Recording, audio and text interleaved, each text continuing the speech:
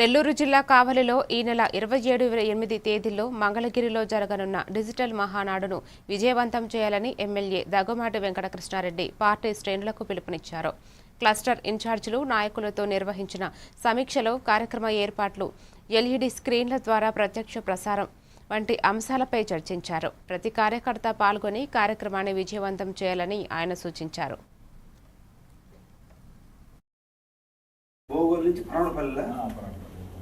రోడ్డుకి తూర్పు అంతా రామ్మోహన్ కాబట్టి జోగి దాని నుంచి కార్డు ద్వారా స్క్రీన్కి రావాలి కాబట్టి అవి చేయాలి.